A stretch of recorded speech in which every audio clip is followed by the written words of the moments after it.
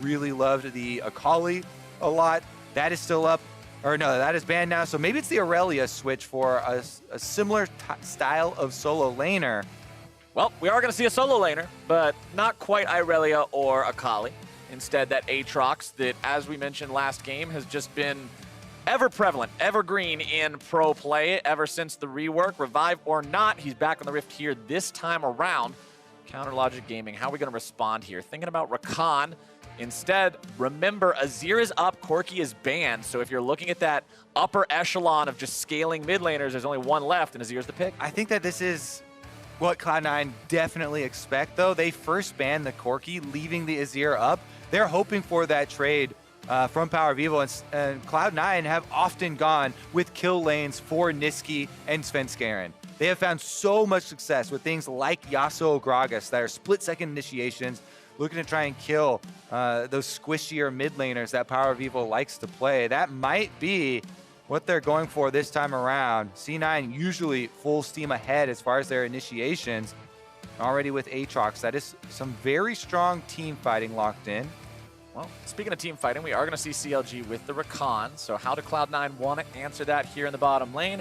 Looks like Caitlyn might be picked up here. Plenty of objective control and lane power with this champion. That one's locked in. Sneaky taking that away from Stixxay is definitely going to be a big one. Helps out the laning phase, super long range on Caitlyn. Early on, helps her stay away from Rakan. You can also net as soon as the Rakan goes for the grand entrance. Try and avoid that death. And even if you're not able to avoid it that way, just put a black shield on her. And you're able to avoid any sort of CC. Until they break it with magic damage. Morgana pretty fantastic at being able to stop a champion like Rakan, whose initiation is so easily telegraphed. Yeah, plus Morgana Caitlyn is such a classic combination. If you land a binding, it lines up a very easy Caitlyn trap for the cupcake, and you get a huge damage combo off. It's one of those very old and annoying poke lanes, or I guess just long range lanes. Not really poke isn't even a right word for it, as you can go all in when a binding lands, and that might even be 50% of someone's HP. Meanwhile, though, the other half of the Lovers duo locked in for CLG. 6 AM Bio definitely going to have a lot of options here early on as well. Counter Logic Gaming are going to ban out Qiyana here next. Cloud9 has always been one of those teams that's not afraid to experiment, to break out something newer, something less seen. Qiyana's still a very new champion to League of Legends, so I'm sure many teams don't have a ton of experience playing against it, and CLG would rather not risk that here in such a high-stakes game. And as we kind of mentioned, Nisqy has played a lot of all-in champions for the mid lane that look to get kills on their lane opponent. Jungle attention for C9 has typically been for top and mid lane for the solo lanes. So Gragas also banned away, one of those playmaking junglers from Svenskeren. And you mentioned the Gragas Yasuo as well. That helps shut down. That's almost like a ban and a half. I mean, do you really want to play Yasuo without the easy knockups? Yeah, you get 1.5 for that one. There are other knockups left and available, just not quite as iconic. And you don't get the easy long range combination of the ultimate toss. See what they decide to go for. Things like Rek'Sai is still available. I mean, Zhao is even... Oh, they're actually picked by CLG instantly here. Wiggily back on this champion. He is one of the ones that put in a lot of time on it, actually, previously. And it's definitely a strong duelist, strong offensive champion. Of course, always the weakness everyone always cites with it, though. No way to disengage and get out of a bad situation. Your best hope is trying to not attack someone and hit them with your ultimate to give them that small knockback. Yeah. And then you have your defense of your ultimate for a small duration, but you have no defensive jumps. Your charge only works in. Yeah, the best defensive mechanism for Zhao is to kill everybody around you. Pretty much the only way that he's going to make sure that nobody's chasing him down, as Cloud9 will pick up the Rek'Sai in the jungle. Taliyah. And it looks like the pick for Nisqy is the Taliyah. Haven't seen a ton of this champion recently. All right, they dangled the Azir out there. Let CLG pick it with the Taliyah in mind here. Very, very strong possible roaming mid laner. Plus, one of my favorite combinations, Rek'Sai and Taliyah. If I'm the jungler, I go in, I flash on Rek'Sai to hit that knockup. The target is dead because it allows Taliyah to easily land the seismic shove with all of the burst damage in the kit. You lay down the rocks, and that can be terrifying for anything, even like an Azir. The final pick for Counter Logic Gaming here. Putting a lot of faith in Ruin, this guy that they brought in for Summer Split. They had fantastic results with after seeing his performance at MSI, being a rep from the TCL. Now he's going to be on the Gangplank. They made sure they saw the entire enemy team. Hey man, how are you going to carry? Yo ho ho, Gangplank into the top lane. Yeah, Ruin has been instrumental in CLG's climb. We talked about it from spring 7th all the way to summer, fighting for the playoff bye. Added to the roster. Very quick results for them. And let's get into it. CLG versus Cloud9. Once again, top of the table. Tied at 12 wins each. Who's going to break it? Coach is shaking hands. Everybody getting ready for this one. The bye can be so big, too. It's an extra week of preparation going into your next game. It's also the opportunity to study your potential next opponent's moves in their quarterfinal. This can do a lot for either one of these teams. It's huge for research, exactly. And you get to hide so much by waiting longer in playoffs before showing anyone what you've been working on. CLG, Cloud9. Cloud9, no stranger to this situation, honestly. I mean, this is one of the teams that you sort of always expect to be in the playoff conversation in this picture. CLG, as you already mentioned, 7th last split, a team that has been around the bottom here for a while, was once one of the teams that you would see challenging for those championships. That ship has long sailed, except now she's back into port, and CLG could be looking to make some return amazing things happen here. Yeah, buddy, got the ticket both ways. As everybody's out onto the rift, here we go. Cloud9 fanning out for that line of scrimmage.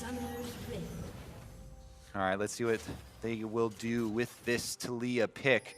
Again, super strong combination with a reliable jungler that has the guaranteed CC of a flash knockup like Rek'Sai.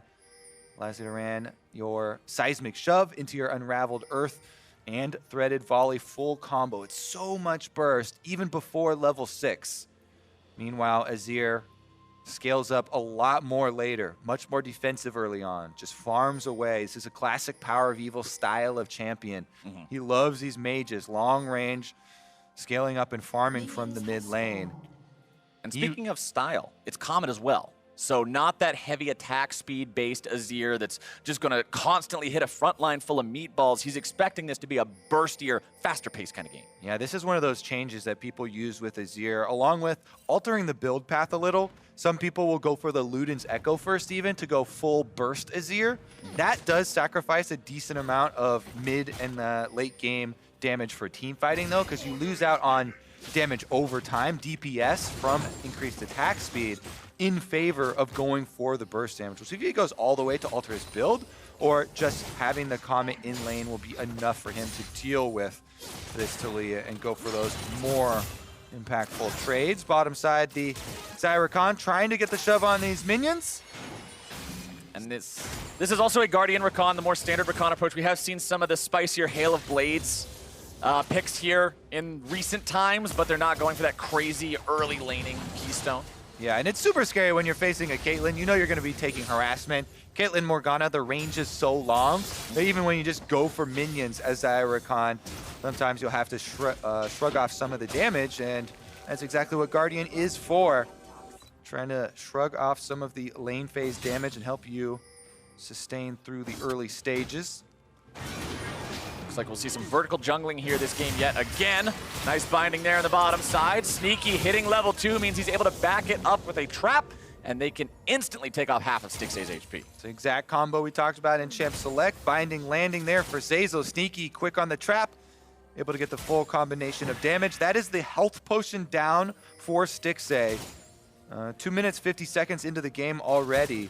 And the Caitlyn Morgana finding some pressure. Now with a big minion wave pushing, they can go for the invade with Svenskeren to try and counterbalance the invade that Wiggily is doing. You can see right now on the map, Zhao already on the ward, which expired from Pixel Brush. They saw him go for that blue trade. But this could also be a possible dive with C9 pushing a big minion wave crashing in. CLG should know that this is a possibility. They're going for it. Binding hits! The binding is already down, and this is disastrous for CLG. It's first blood for Nisqy. That is so easy. When binding lands, again, the Taliyah Seismic Shove is guaranteed. Nisqy even flashes for it to guarantee they get the 100%. And you see how quickly he died. No opportunity to use flash there. Let's take a look at it here. A little bit slower motion. If you see, boom, it lands. Nisqy's gonna flash in to make sure they can kill him before he gets out of CC. That is 100% to 0. CC chained to death for the kill, and off of that, extra turret plates for the C9 duo. Extra turret plates for Cloud9 and no minions for CLG. Compare that difference in farm real quick. 27-7 shows exactly how good this early lane is going for the side of Cloud9. And we have criticized the bottom lane of Cloud9 and how they've sort of been the Achilles heel for this team over the course of Summer Split. Uncharacteristically poor performances for them, whether you're looking at stats or just how they're playing. There's been quite a few mistakes, but to see the team be able to play around them and still make things pop off around these guys, if you're a Cloud9 fan, that's a good sign heading towards play. Yeah, Zeyzal walking up there, landing that binding. I mean, for Stixxay, you're trying to evaluate, should he have flashed that binding even? They didn't have vision on the Rek'Sai and Taliyah, so they weren't 100% sure, but that is definitely going to be one they feel for a lot this game. 39 CS now for Stixxay, plus the turret plate that they got as well. They're halfway to the next one, so it's definitely looking good. I think if the recall goes off now, he'll come back with a BF sword. And Svenskeren taking the opportunity to get those deep boards you see on the on the Wolves as well. Wiggily gonna clear out his wolf camp, but Svenskeren is still watching and waiting here. The Tremor Sense will be able to at least show him where Wiggily is at. Zeyzal and Nisqy maintaining their control over the bottom side of the map here. There are some wards in the river for the side of CLG, just to make sure nobody's coming around through that direction, maybe set something up once they do push out a little bit here. And these are shoving out, but Zeyzal and Nisqy have no interest in allowing that to happen. They just want to keep this lane shoved up, maybe set up another dive here for Svenskeren and Nisqy, who are once again doing what you talked about with that roam-heavy playstyle on Taliyah. Exactly, trying to use their champions to the fullest of their abilities. This is why you pick her. Able to roam down bottom side. Another 2 turret plates almost picked up here. Another binding lands, another peacemaker. The damage just keeps on flying here for C9. Meanwhile, if you looked at the other side of the map where no attention has been so far, the Aatrox versus the Gangplank, Licorice should be able to get the early CS lead. He is doing so by himself up there. Gangplank does have extra money generation, of course, on the minions as usual, with last hitting with your Qs or barrel explosions. And that is going to mean that Svenskeren starts up this Mountain Drake. It's the lowest DPS dragon, so even though he is Rek'Sai, you can do it no problem without too much assistance. But speaking of problems, Nisqy's got one here in the mid lane as PowerOfEvil and Wiggily work together to look to take him down. And one last stab of the spear before the wall comes up means CLG's on the board. You got to keep your eyes on those timers for summoner spells. Yes, C9 got that first blood dive on bottom side. What did they use in order to get it? And CLG tracked the flash there from Nisqy. They punish him before it comes back up. During that whole time, though, we already knew Svenskeren was on the dragon and is able to finish up that mountain. Man, that mountain feels good, particularly for the bottom lane, who have already been doing such a good job taking down the plates. 3 plates already gone by 7 minutes into the game, and now that you've got that extra true damage, they should be able to clean these last 2 up pretty easy. All right, meanwhile, Wiggily finishes up the Gromp here. Not going to pay any visit to Licorice, who's feeling pretty good about the situation here, pushing up on the Gangplank. Once again, though, here's another look at it. Look at Wiggily holding there at the tower as soon as they see Nisqy again. That was the last second, and they actually are able to pull off the play. Really good job punishing the offensively used summoner, but once again, C9 finished the deal. Mountain Drake, baby, that's what it gives you. Extra plate money, first turret in the pocket, only 8 minutes into the game. Yeah, I'm guessing they finished that one no problem with Mountain or no, but here's a mid lane gank. PowerOfEvil gets himself away from the chains because the angle Licorice moved at him. It was really easy to dodge off to the short path away, and PoE stays nice and safe. But now Cloud9 says, hey, we're in control of the bottom half of the map, and they can easily secure this blue. Yeah, really good drafting here from C9 with the early game jungler, the roaming bottom or mid laner, as well as the Caitlyn Morgana bottom lane, and playing to their strategy within the game as well. Step number 1 is complete for them. They got the bottom turret. CLG trying to farm up here during this onslaught. They have so many scaling options, but it looks like they're falling behind the curve so far, yeah. and it's getting fairly difficult. Ruin on top side, trying to get these barrel chain explosions with the Q to get the extra money. Has the Fairy Charm in inventory for extra mana regeneration. But here comes Nisqy and Zeyzal C9 with the swap. Nisqy doing what Caitlyn does best after taking down the turret in her opponent's lane. She immediately rotates to another lane and starts harvesting more and more of those plates, get more and more of an early game lead. They're already up to 2,000 ahead of their opponents. Ruin recognizes there's way too much manpower up here to deal with directly. He'll drop the ultimate to clear the waves away and waste a little bit of Cloud9's time. Yeah, meanwhile, CLG have rotated Wiggily down to the bottom side as well. They're even hard committing with a teleport from Ruin to try and finish up that tower on this push. So they are going to try and just answer completely with a full commitment. Objective trading going on here. That also means that PowerOfEvil is under attack in the mid lane, as you can see, being forced off of that turret as well. I like CLG not trying to deal with the Caitlyn directly, but rather circumventing the issue and just going blow for blow here. But the problem is, with this many people around, it does take a little bit of time to finally burn this thing down. And topside, there's plenty of work being done by Nisqy and Zeyzal. Look at that, they've almost got the turret already dead. Nisqy should be able to put some more auto attacks into that one himself. Meanwhile, Svenskeren is in the Rift Herald pit. Yeah, if you try and get all the turret plates down in one push, the defenses really stack up. This also means Rift Herald will be picked up on the side of Cloud9. Svenskeren gets that one in addition to the tower for Cloud9. So in the end, C9 still up 1 tower overall, plus the Rift Herald at their disposal, and a very healthy early lead. Yeah, Cloud9 hasn't taken a single plate off of the mid lane turret, but that doesn't matter when you've got all 5 down on both sides. Incredible early plays across those side lanes here from these guys. Yeah, and with the sides all down, they can group up around mid with Rift Herald, finish off those turret plates. They still have a good 4 more minutes to cash in on the rest of the turret plates. So there's a good chance C9 get every turret plate in the game available to them. And you've got Infinity Edge plus the Zeal on Nisqy. Doesn't even have a level 1 boot yet because he's just going to continue Who needs up boots? now. Boots don't crit. They're not important indeed. There we go. The magical footwear finally coming online. Needed to wait till 11:15 for that one. But now that he's got those, he can kite around a little bit better. Shelly's going to be summoned up. She's getting distracted hitting a couple of these minions, but she'll focus up here in just a second. Turret has only lost half of a plate. Shelly should get the charge off. Boom! 320 gold in the pocket. And they get some more. A couple more auto attacks would do it. Shelly may be able to farm that last little bit out, and there we go. Turret down to 40%. Still 2 minutes left to grab those last couple of plates, but CLG are trying to position well enough to stop the Cloud9 advances. Biofrost backing himself away here as Cloud9 continues to try to step up, contest vision around this river area, slightly push forward into CLG territory.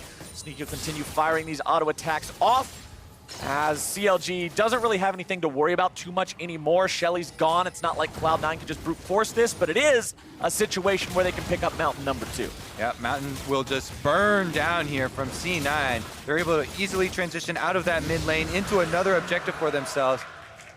I think CLG are actually fairly happy that these Drakes are not more damaging Drakes for team fights. Yeah. Because C9 are keeping up the pressure so effectively. It does mean that come 20 minutes, though, this amount of control that C9 have over the map could result in them getting a very quick Baron if left unattended by CLG. So the priority on CLG vision around that side of the map becomes a very high priority. This area just needs to be lit up by CLG once the Baron comes to the table. And I like what I've seen from Cloud9 here so far. I like using the Caitlyn, rotating around the map, pushing the issue. PowerOfEvil's not going to find the ulti to throw his opponent back into the turret. And now, here comes CLG looking to start things off on their own terms, but Wigglily's going to be exploded. It's 1-for-1 as junglers both fall. Big trade right there. Now, no junglers left on the table. A lot of extra damage sustained by the C9 carries and backside too. So they will retreat. And CLG do defend. Now they can just send Stixxay as well as Rune to go farm those side lanes that are pushed up. That's going to give them some much-needed breathing room. As C9, we're trying to keep up the pressure and finish off this turret for the last remaining turret plates. Will they be able to get the last ones before the 15-minute timer comes in? Nisqy, good job jumping off that wall, by the way, before PowerOfEvil can shove him into the turret. However, the flank around there from Wiggily is able to get the engage, and because of that commitment, Rakan and Gangplank ultimates allow CLG and Ruin to answer back, get the jungler 1-for-1. But if you are CLG and you've got a comp consisting of Azir and Xayah and Gangplank and these scaling monsters, going 1-for-1 when you're behind is a pretty all-right situation. As long as you've still got that money flowing in, CLG's still got a win condition as the clock marches forward. But Cloud9 are not a team to sleep at the wheel. I want to see how they try to move forward now that they've got more of these turrets down. They should be able to take down the tier 1 in mid here very soon with plating gone. And then we'll see the kind of vision they can set up and the kind of picks they can try to make. Yeah, they've spread out into the 1-3-1s. They get the final hits on that turret. 14 minutes has already passed, so they did not get extra turret plates for that. Not quite collecting all of them, but they got most of them on the map, and they are one rich team, especially Sneaky on this Caitlyn. Crits will be coming through very, very dangerously for CLG. You have to be so careful. Look at that, 7,200 gold in the pockets of Sneaky. By far the richest man on the field, showing how he got that prestige skin. Oh, absolutely. And for the side of CLG, this is a composition that it's very scary to just blindly walk into Fog of War against. There could be Caitlyn trapped in any brush. Morgana could be waiting with a binding over the wall. The amount of tools that Cloud9 has to start things off if CLG overstep their current bounds are plentiful. And CLG's got to respect that while they continue scaling up. You're starting to see these first items come online here. You can see the Echo for the Azir, as you were talking about, with that burstier, no attack speed kind of build. Essence Reaver on the Xayah, but it's still going to be a while before these champions truly come online. Yeah, and that, again, the drawbacks for the Luden Echo plus Comet build for Azir is less sustained damage for the team fights. However, he is looking for a lot of burst opportunities here. You know, the Rek'Sai, when the Rek'Sai goes in, a lot of these squishier targets, basically anybody but Aatrox, if they can get a big combo, will be very effective. Again, vision heavily controlled by C9, and CLG are trying to get a lot of these defensive wards up around their jungle, as you can see, prioritizing this side of the jungle where the Baron is going to spawn. 16.5 minutes into the game, so we still have 3.5 to wait for it to come, but they don't want to lose control of that area for a second. C9 continuing to spread the map here and continue to split push. I like Zeyzal just watching and waiting here in this brush, seeing who can he land a binding onto. It's not going to be PowerOfEvil right now. He's wisely playing off to the left, recognizing, hey, this is where we've got vision. Should probably make sure I'm not exposing myself to any more binds than necessary, as you're also going to see Biofrost moving through the top part of the jungle here, trying to sweep out some of this Cloud9 vision. Nisqy will attempt to stop him from doing so, but it won't work out too well here just yet. Still nothing to really fight over on the map right now. Drake hasn't respawned yet, but it will be very soon, and we've still got 3 minutes before Baron's back alive. Yeah, Dragon coming up quick. That should be C9's. They should retain control of that area, and you can see what CLG's thought process is. With Dragon coming up, they push on top side. They want to trade this turret for the objective, but C9 gonna run them off that as well. They don't want to let any of this gold back into the CLG pockets to allow those champions to get any of the extra damage to start coming through. Ruins finished up the Trinity Force here on Gangplank, which is a good sign for them, adding some more power to that burst. Also makes it doesn't just add burst power, it adds farming power, because the extra sheen power means those barrels are blowing up the minions incredibly easily, get all those silver serpents, all that extra gold, and Licorice will walk his way down here into bottom lane to answer this one. You can see those top laners staying pretty even in terms of farm. Licorice still having that slight lead that he earned during the laning phase. PowerOfEvil having a lead here in mid lane, while Sneaky has built up a substantial CS lead for himself there in the bottom side, but that's what you can really expect based on how Cloud9 was playing around the bottom lane early on. Rapid fire cannon also now done for the Caitlyn makes her very scary in these siege scenarios. Yeah, Sneaky can go for very, very safe poke. Whenever you walk around, charge up your rapid fire cannon shot, the range on it with Caitlyn is insane. pretty much unanswerable by any of the members on CLG. The only thing that they could look for would be a Biofrost flank flash engage maybe. Other than that, it's very hard for CLG to try and punish Nisqy on the Caitlyn, especially considering there's a Morgana by his side. So C9 are very well set up for this mid-game siege or for just baiting around the Baron. We keep setting up this Baron that is going to arrive to Summoner's Rift because Cloud9 took control of the map so early on in the game, they haven't had to risk anything or push anything since they know easily you can set up a bunch of Caitlyn traps. It makes it very difficult for the enemy team to come check. And with Nisqy with his super long range and the CC denial of the Morgana, it should be advantage Cloud9 setting up around Baron, and they're doing it now. And those Caitlyn traps are such a pain in the butt anytime you are trying to contest a neutral objective. The ability to block off one, sometimes multiple paths completely makes it incredibly hard for CLG to go in, especially when you look at the comp. There's not somebody who can eat one of those cupcakes and just shrug it off, warmogs it back up, not worry about it. You're looking at a Zeyzal and a Gangplank as your jungler and your top laner. These guys have got to be careful with their own health bars, and Cloud9 are continuing to take advantage of the momentum they have built. They're stealing away red buffs, they're putting down wards. They do not want to stop this pressure. All right, the moment of truth has arrived, Captain Flowers. 1959, Baron has arrived. And now C9 will start to try and draw CLG into some conflict here. Trying to set up around the jungle first. PowerOfEvil takes a lot of damage, and Bio goes for Svenskeren. Trying to catch him sleeping, but can't get it, and that is the ultimate down. That's going to signal C9 full steam ahead. That's a big old green light. Svenskeren didn't even have to use his flash to get away from that one. And now with Wiggily just wiped off the face of Summoner's Rift, this is an easy call for Cloud9 to make. CLG must respond. All right, are they going to go for the fight around Baron? C9 have them outnumbered. They've got double Mountain Drakes burning down Baron, 3k health. Those double mountains are doing so much work here for the side of Cloud9. They are able to secure it. Into the pit goes PowerOfEvil, and back to the spawn point goes PowerOfEvil. Nisqy grabs the kill, and Cloud9 are sitting pretty. Do not pass go. Do not collect $200. Do not collect Baron Steel. Cloud9 are going to run away with this game. Now they've got Baron. They have the super juiced Caitlyn right now, sneaking on 3 items with the full crit multipliers, and he is coming for that playoff bye. Juiced up with Baron buff and ready to go. Here we go. Top lane tier 2 turret. Now you see it. Now you don't. It's off the map, and Cloud9 are looking for inhibitor turrets next.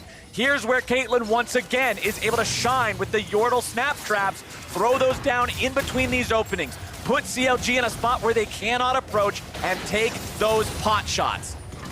C9 absolutely putting on a clinic here. PowerOfEvil getting run back to the fountain again. And the traps start to go down.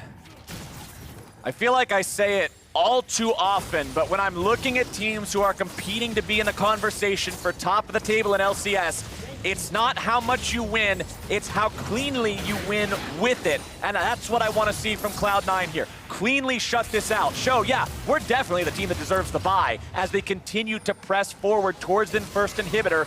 CLG aren't really able to find an opportunity to move in just yet. The engage tools are a little bit limited, sans the Rakan, but Biofrost will have to pick his moment perfectly. Insane snowball this game from C9 off the bottom line. Ooh, Nisqy with the ultimate does catch him off. Biofrost tries to over the wall, gets nothing, and that is going to be an inhibitor for C9 guaranteed. Back-to-back tragic ultis for Biofrost's Rakan this game have opened up Cloud9 opportunities time and again. Now Biofrost is completely off the map. Now the tier 3 turret is dead in the mid lane. The Gangplank ultimate will buy a little bit of time, make Cloud9 regroup here for a moment, but they've still got a 5v4 advantage. They've still got Sneaky. They've still got this entire game in their control. Wiggily is gone. The stopwatch will keep Svenskeren alive. Ruin eats the ace in the hole to keep PowerOfEvil okay, but 2 inhibitors down is not where you want to be 23 minutes in. Yeah, they've got a minute left on the Baron, Captain Flowers. That Baron power play might be the whole game. I said I wanted to see a clean ending, and Cloud9 are looking to do it right now. Nexus turret number 1 is deleted, and CLG will try to defend with 3. 5 members of Cloud9 still stand tall, but health bars are hurt, and mana is running low. Second Nexus turret falls, and Nisqy will continue putting the auto attacks into the Nexus. They revive. Cloud9 do not want to overextend here. They're still sticking around a little bit longer. I'm not sure what CLG can do. They summon up the Azir turret and make their stand. Yeah, C9 have 20 seconds left on the Baron. That is one more minion wave push. One Nexus turret still here. CLG, 5 members ready. Will they go for it? C9 sticking around. Cloud9 do not want to go home on this one. They just want to end the game. 24 minutes in. They've still got those Mountain Drakes. They're letting themselves regenerate back up just a little bit. Zeyzal pretty low on mana here. Nisqy and Nisqy the same. See Licorice really the only guy ready to go no matter what here in the fight, but there they go. World Ender's gonna be popped, CLG is gonna be dropped, and Cloud9 will earn themselves a playoff bye. They'll force CLG back into the fountain, and they'll do it in style. Nisqy and Zeyzal answer the haters with a bottom lane victory. Woo! Simple as that. Caitlyn, Morgana run this game. Zeyzal with the perfect support score. No deaths, no kills, 100% KP. The man who set everything up. That was beautiful Morgana play.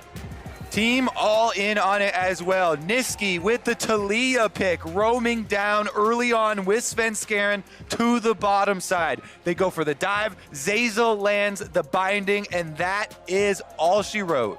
This looks like a team that deserves a playoff bye. This looks like a team that you're going to be scared to go up against in the semifinals, knowing they've had an extra week to prepare and craft new strategies, especially when it's a team like Cloud9 that is known for pulling out new and innovative strategies, especially in big moments like that. I'm excited to see where playoffs takes these guys. Cloud9 been working on a lot of iterations for their roster as well. It'll be exciting to see what they go with in the best of 5 series. Playoffs can't come soon enough, Captain Flowers. Oh, baby. And for CLG, today might have been not the victory they were looking for in the tiebreaker. However, this is still an incredible run. As we mentioned at the start of this tiebreaker, where they were in spring to where they've gone now in summer, and I still want to see them in the quarterfinals because I absolutely believe this is a semifinal level team. For sure, CLG have made an absolutely amazing climb over the year. Cloud9, though, get the victory, they get the bye, and they'll be happy about that. And now we're going to send things down to Licorice for an interview with the jungler who just locked in that bye. They sure did, and I'm sure all the Cloud9 fans are extremely happy about that. I've got Svenskeren by my side, and first things first game of the day for you. Is there anything special you had to do to kind of warm up for these evening rounds? Yeah, to be honest, it was pretty exhausting because obviously I woke up at the same time as the team. Even though I didn't have to play on stage earlier today, I still had to be awake at like 8 a.m. So, I mean, obviously the other guys are probably more exhausted because they had the game. But yeah, I mean, I was still in pretty good condition. And you still had to click it into gear there, which you did. A lot of very controlled performance coming from you in that game. So just talk me through kind of what you were thinking about to try and oppress that comp on the other side that had the potential to just get out of hand. I mean, yeah, the game was pretty boring, I must say, because it was just us pushing the plates and they were kind of just giving it to us. They were not really fighting too much for it. There was like one team fight mid where it was just both junglers died, and that's like all. So the game was pretty boring, I must say. But yeah, I mean, we just ended up being in control. So we got all the dragons. You have 2 mountains, the Barons is 3. Well, despite however the game went, a bye is a very hype big deal, and varying people have varying opinions on what that means to them. So for you specifically, how would this bye enable you to maybe perform better in the playoffs? I mean, going into the day, I didn't really care too much about the bye or not because I've been in both situations where I haven't had the bye and I've had the bye, and I feel like both have the upsides. Like, I don't think there's really just a clear advantage to having the bye. I think obviously getting the bye, you can see what the other team is going to play, but I didn't really care too much about it. Well, I know a lot of fans out there care about this victory, as I'm sure you do too, and your teammates, so congratulations again on that win. But we do still have another tiebreaker to come, so let's hear what they have to say over at the State Farm Analyst Desk. That's right, Licorice, we're not stopping here. Cloud9 does lock up the first round playoff bye with the second seed over CounterLogic Gaming here in the tiebreaker. They had to go 3-0 this weekend in order to snag that. And we'll dive a little bit more into the big picture of Cloud9 moving forward into the playoffs, but I do want to dissect this game. Starting in Champion Select, I know we have some choice thoughts, both for Cloud9 and for CLG. C9 made CLG look silly from start to finish here. Yeah, and I think the draft, you had a really good point about why, and specifically, it started at the draft. Yeah, I think C9 absolutely called out CLG when, as soon as you see the Rakan, they're like, you're going to pick Xayah, we'll take the classic bot lane counter of Morgana and Caitlyn, knowing that you're going to take the counter pick. Plus, you already see the Azir. You know it's a mid laner without very much priority and ability to roam, so it's not like he's going to be interfering with the bot lane. They called out CLG completely in their game plan. They outdrafted them, and it's a different look than we usually see out of C9, where their win condition is about roaming to the bot lane when they take the Taliyah as well, and that's what they completely play around, and they crush with it. And that's what's so funny to me, because Svenskeren's there on stage going, well, it was kind of a boring game, and blah, blah, blah. And I'm like, well, 5-4? That's what I was saying. I was like, I'm sitting here going, well, you know, sometimes it's nice to just watch a team understand their win conditions, draft them, play to them cleanly, and close out the game. Every once in a while, it's nice to watch a game of League of Legends like that, and that's exactly what Cloud9 did. As you mentioned, Mark, an early visitation to the bot lane, bringing both Taliyah and the Rek'Sai, executing on a dive perfectly, and putting Nisqy in the best position he has exited the lane phase yet this summer split. One of the best things about Taliyah is her unreal ability to push lanes faster than your opposing mid laner, and it just opens up the map so much. But best of all, this actually paints a very scary picture for Cloud9 moving forward because you're subbing in Blabber. Blabber is one of the best Taliyah jungles. This is now a flex pick for Cloud9 that every team has to respect. So it's a scary picture for every other team that Cloud9 can't do this. Gotcha. I mean, yeah, I think that, again, Cloud9 is making a case for being someone to be feared in the playoffs. And that was the whole game. That's our one highlight, because after that was the first wave. You do that, really was? You do that slow push, you build the entire wave up. The other guy's like, okay, I'll catch this under turret. You kill him under turret. All of the creeps die. It was like 28-7 CS at one point, and look at that gold difference. And then Caitlyn just moves around the map murdering turrets. And yeah, like Sven said, there was one skirmish in the mid lane where both junglers died, but that didn't stop the objective snowball. The reason why it's so slow and CLG couldn't do anything is the Morgana pick. Zhao cannot engage against the Morgana. Your 3 talent strike is not going to break the black shield, and same with Rakan. Your quickness won't work, your knockup won't work. It's just not going to break it. And if you take those away, there's no other real engage tools. If you're forcing PowerOfEvil to be the guy that has to Shurima shuffle every single fight, he's just gonna int it every single time. So the Morgana pick in the draft was so powerful that this is why we're kind of dwelling on it, because it really showed how powerful Cloud9 can be going up against a team that was just earlier today in contention for first. Yeah, just CLG's games today as a whole were an absolute disaster from the drafting perspective. So they have a lot to clean up. This draft was bad. Very bad. You have 3 well, not losing necessarily in terms of like you get killed in the matchups, but you're down priority basically in all 3 lanes. You have your GP at 6 who's like, maybe I can ult the bot lane when it's getting dove, but they dive at level 3. Your jungler is a pre-6 aggressive jungler with no playmaking setup in any of the lanes. Like, I don't know what you're trying to do with this. And it was so telegraphed. The Azir first pick. Right. All of it together to me is just like, you have so much work to do for prepping for a playoff opponent. And so while this may be very uplifting for Cloud9 and for Cloud9 fans, I think on the flip side, you can look at CLG and you can say, well, while this weekend did not look pretty for them, this is, in a sense, the best time for that to happen, right? This is that kind of, you know, that little slap awake that you need right before playoffs to say, like, hey, get yourselves in check. Let's, again, remember what works for us. It's Crumbs' mantra, right? How do we win games? Keep playing to that win condition. And if that wasn't enough, remember that CLG, now that they're 3rd, get to play against our last place team, which is gonna be either Optic Gaming or Golden Guardian. So they're up against teams that they have a ton of experience defeating already. So that just makes it so much more exciting, gives them more time to prepare and experiment a bit more in sprints. So what is it for CLG? I just want to get back to kind of a more clear image of what CLG is successful with and what they should be doing in draft. I mean, Stixxay talked about it, I think,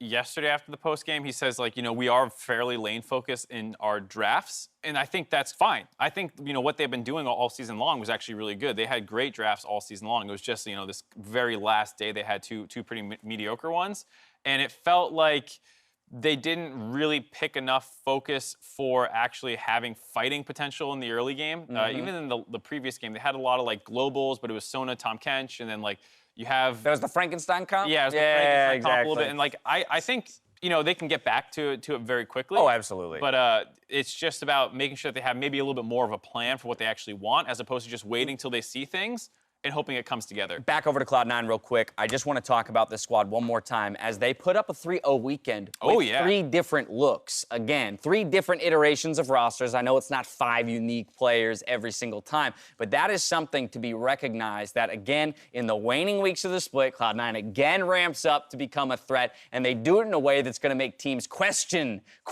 everything when they're coming into a best-of-5 trying to prep for this squad. Yeah, because every player that they've subbed in also brings in new champions. It's not just that they have different styles, it's the champion pool as well. And that makes him a more versatile threat than any other teams because no other team plays with subs like that. This is a harder team to prep against than Team Liquid because suddenly you're thinking, oh, well, they might just play Svenskeren the whole time. Suddenly it's now Blabber and Deftly in the bottom lane, Deftly playing Swain and Blabber playing Taliyah. And you're like, what? We haven't played against this all split long. I think this was a very calculated idea of subbing these players in the last week by Cloud9 to make sure that their playoffs are smooth as possible. Every single member has looked fantastic, and like I'm saying, different looks. It's like, I actually agree about harder to prep for, maybe not the better than Team Liquid, but you have no idea what you're getting anytime you match up versus Cloud9. Reaper called it. We had an interview with him just yesterday where he said it doesn't matter which roster we field. We are not lessening our chances for that playoff bye. They put their money where their mouth is, and they nabbed it up. We've got one more tiebreaker before our playoffs are squared away. Find out if Optic Gaming or Golden Guardians punch their ticket into the postseason after this.